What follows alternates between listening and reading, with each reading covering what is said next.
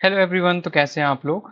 जैसे कि आपको पता है हमने प्रीवियस वीडियो में कवर किया था टॉर्क और कपल के बारे में। तो इस वीडियो में हम लोग क्या कवर करेंगे, इस वीडियो में हम एक और टॉपिक कवर करेंगे। आपके चैप्टर नंबर 1 का ही है टॉपिक, इक्विलिब्रियम और इट्स टाइप।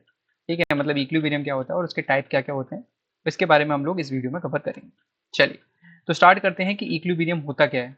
बेटा, फिजिक्स की सबसे अच्छी और बेहतरीन चीज़ ये है कि इसमें बहुत सारी चीज़ इसके नेम से ही क्लियर हो जाती हैं। जैसे कि इसमें आपको लिखा दिख रहा है इक्विलिब्रियम। इक्विलिब्रियम में से आपको एक वर्ड की साउंड आ रही है जिसे हम क्या कहते हैं, जिसे हम कहते हैं आपका इक्वल। इक्वल, तो क्या इक्वल, क्या ऐसी चीज है जो यहाँ इक्वल हो रही है। ठीक है, चलिए उसी की बात करते हैं। जैसे कि यहाँ पर आपको दिख रहा है एक बॉडी। ठीक है, इस बॉडी पर बहुत सारे फोर्स लग रहे हैं, जैसे कि आपका लेफ्ट साइड लग रहा है, राइट साइड लग रहा है, ऊपर की तरफ लग रहा है, नीचे की तरफ लग रहा है, सारे फोर्स इस पर लग रहे हैं।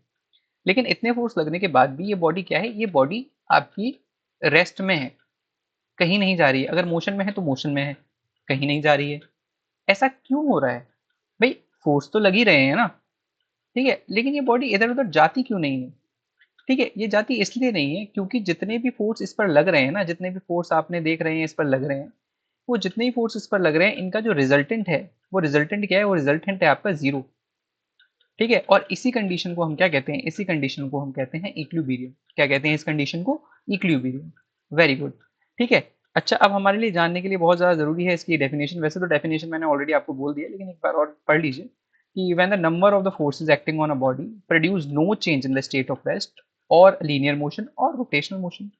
जब बहुत सारे फोर्स किसी भी बॉडी पर वर्क करें और उस बॉडी पर कोई भी इफेक्ट ना हो उसकी स्टेट ऑफ रेस्ट पर, स्टेट ऑफ मोशन पर, ठीक है, तो इसको हम क्या कहते हैं, इसको हम कहते हैं आपका इक्विलिब्रियम।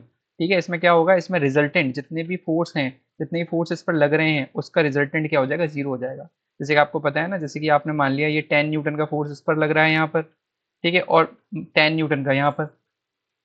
ठीक है, अब ये 10 न्यूटन और ये -10 न्यूटन अगर आप लोगे ऐसे, तो इन दोनों को जब ऐड करोगे तो जीरो एडिशन किसका क्या आएगा, रिजल्टेंट क्या आएगा, जीरो आएगा। भाई एक ईस्ट में लग रहा है, वेस्ट में लग रहा है, अपोजिट डायरेक्शन में लग रहा है। ठीक है, जब आप इनको ऐड करोगे तो क्या आ जाएगा, जीरो आ जाएगा। ठीक है ना, रिजल्टेंट क्या आ जाएगा, एक प्लस ले लो, एक को प्लस ले लिया आपने, एक को माइनस ले लिया। प्लस माइनस जब आप लोगे, दोनों को ऐड करोगे, जीरो आ जाएगा। बहुत सुंदर। चलिए, अच्छा एक तरीके से और डिफाइन कर सकते हैं हम इसको। Algebraic sum of all the force about a fixed position is zero. Algebraic movement, अब एल्जेब्रिक मूवमेंट क्या होता है, जैसे फॉर एग्जांपल आपने कोई भी रॉड ले लिया, कुछ ले लिया लाइक दिस, आपने कोई रॉड ले ली, फिक्स्ड रॉड है यहाँ पर। ठीक है, अब क्या हो रहा है उस पर, यहाँ पर एक फोर्स ऐसे लग रहा है, एक फोर्स ऐसे लग रहा है। ठीक है, तो ये तो इस साइड मूव करने लगेगी, करने लगेगी नहीं करने लगेगी, कैसे मूवमेंट करने लगेगी ये करने लगेगी कि आपका क्लॉकवाइज मूवमेंट। अब वहीं सेम फोर्स में कहाँ लगा दूँ, सेम फोर्स में यहाँ लगा दूँ, ऐसे करके। ठीक है, अब क्या होगा, ये इसको क्लॉकवाइज लेके जाएंगे, ये इसको एंटी क्लॉकवाइज लेके जाएंगे कि नहीं लेके जाएंगे। तो अब क्या हो जाएगा, ये इसको ऐसे करके तो लेके जाएंगे और ये वाले इसको ऐसे करके लेके जाएंगे। तो अब इसका जो एल्जेब्रिक सम अगर हम लेंगे इन सारे फोर्सेस का, वो क्या हो जाएगा, वो आपका जीरो हो जाएगा। और इस कंडीशन को ही हम क्या कहते हैं, इस कंडीशन को ही हम कहते हैं आपका इक्विलिब्रियम। ओके, जब आपकी बॉडी बहुत सारे फोर्स के बाद भी कहीं ना जाए, ठीक है, उसको हम कहेंगे इक्विलिब्रियम। चलिए, नेक्स्ट हम इसके टाइप की बात कर लेते हैं। तो पहला टाइप है इसका स्टैटिक इक्विलिब्रियम। स्टैटिक, स्टैटिक का मतलब होता है रेस्ट। बहुत सारे फोर्स लगने के बाद भी यदि आपकी बॉडी रेस्ट में है तो उसको हम कहेंगे स्टैटिक इक्विलिब्रियम। बहुत ज़्यादा दिमाग लगाने वाली बात इसमें बिल्कुल भी नहीं है। जैसे कि आपका टेबल पे कोई भी सामान रखा है, जो आपका वर्क है डब्लू, वेट उसका एम जी, वो नीचे वर्क कर रहा है और जो नॉर्मल रिएक्शन फोर्स है वो ऊपर वर्क कर रहा है। आपस में एक दूसरे को क्या करते हैं, कैंसिल आउट करते हैं। ठीक है, रिजल्टेंट इनका जीरो आता है और ये कहीं भी नहीं जाती है, तो इसको कहते हैं हम static equilibrium. And the body is in rest, remains in rest after the influence of so many forces. जैसे कि इसका एग्जांपल आप ले सकते हैं, book resting on a table, chair resting on a floor, ये सब इसके एग्जांपल, बहुत सारे एग्जांपल्स हैं। आपका लैपटॉप आपकी टेबल पर रखा हुआ है, आपका फ़ोन आपके हाथ में लग रहा है, ये सब जितने भी हैं बहुत सारे एग्जांपल्स हैं आपके स्टैटिक इक्विलिब्रियम के। वहीं हम लोग क्या बात कर लेते हैं, वहीं हम लोग बात कर लेते हैं डायनामिक इक्विलिब्रियम की। कि डायनामिक इक्विलिब्रियम क्या होता है, जैसे कि इसके नाम से साफ है, डायनामिक। डायनामिक, डायनामिक का मतलब ये होता है कि आपका जो कि मोशन में हो, जो मूवमेंट में हो, जो मूव कर रहा हो, उसे हम क्या कहते हैं, उसे हम कहते हैं आपका dynamic. So body remains in the same state of motion under several several forces. मतलब कि आपकी जो बॉडी है वो अगर चल रही है किसी स्पीड से, तो वो उसी स्पीड से चलती ही रहेगी विदाउट एनी प्रॉब्लम। ठीक है, जैसे कि आपको दिख रहा है एक लड़की है, ये एस्केलेटर्स पे है, तो आराम से वो चलती रहेगी ऊपर, क्या दिक्कत है, यूनिफॉर्म मोशन में, कोई इशू नहीं है। जैसे कि रेन ड्रॉप हुई, जैसे कि एरोप्लेन हुआ, अरे भाई कोई चीज़ अगर मूव कर रही है, भले उस पर कितने भी फोर्स लग रहे हो, आप बाईसाइकिल चला रहे हो, आप पे कितना भी फोर्स लग रहा हो, आप चलाते ही रहोगे ना, जब तक आप कंटिन्यू करते रहोगे तो, ठीक है ना। तो इसको कहते हैं हम डायनामिक इक्विलिब्रियम।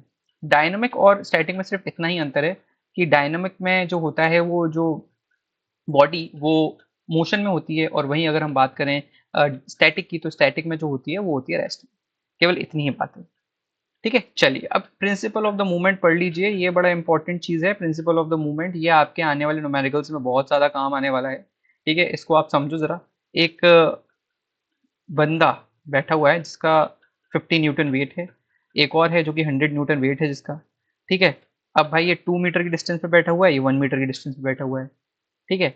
तो ये क्या है, ये इस समय इक्विलिब्रियम में है ये, ठीक है। ये क्या है, आपकी इक्विलिब्रियम में है ये, आपकी जो पोजीशन है ना, इस पोजीशन को हम इक्विलिब्रियम कहते हैं, ठीक है। क्या कहते हैं इस पोजीशन को, हम इस पोजीशन को हम कहते हैं आपका इक्विलिब्रियम, ठीक है। ये कंडीशन है। ऐसा क्यों हुआ है? अच्छा, प्रिंसिपल ऑफ द मूवमेंट का मतलब ये होता है जितने भी आपके क्लॉकवाइज मूवमेंट होंगे ना, वो आपके एंटी क्लॉकवाइज मूवमेंट के बराबर हो। All the clockwise movement, whatever the clockwise movement, if a body is in equilibrium, आप मेरी कंडीशन ध्यान से सुनिएगा, if the body is in equilibrium then all the clockwise movements are suppose to be equal to the anti clockwise movement. Okay everyone, so this is going to be the condition, और इसके numerical जब हम लोग करेंगे so you will get the clear idea what I am talking about, ठीक है। तो आज के लिए यहीं तक रखते हैं। Thank you so much for today. अब नेक्स्ट वीडियो में मिलेंगे, नेक्स्ट वीडियो बनाएंगे सेंटर ऑफ ग्रेविटी की। Okay everyone, thank you so much.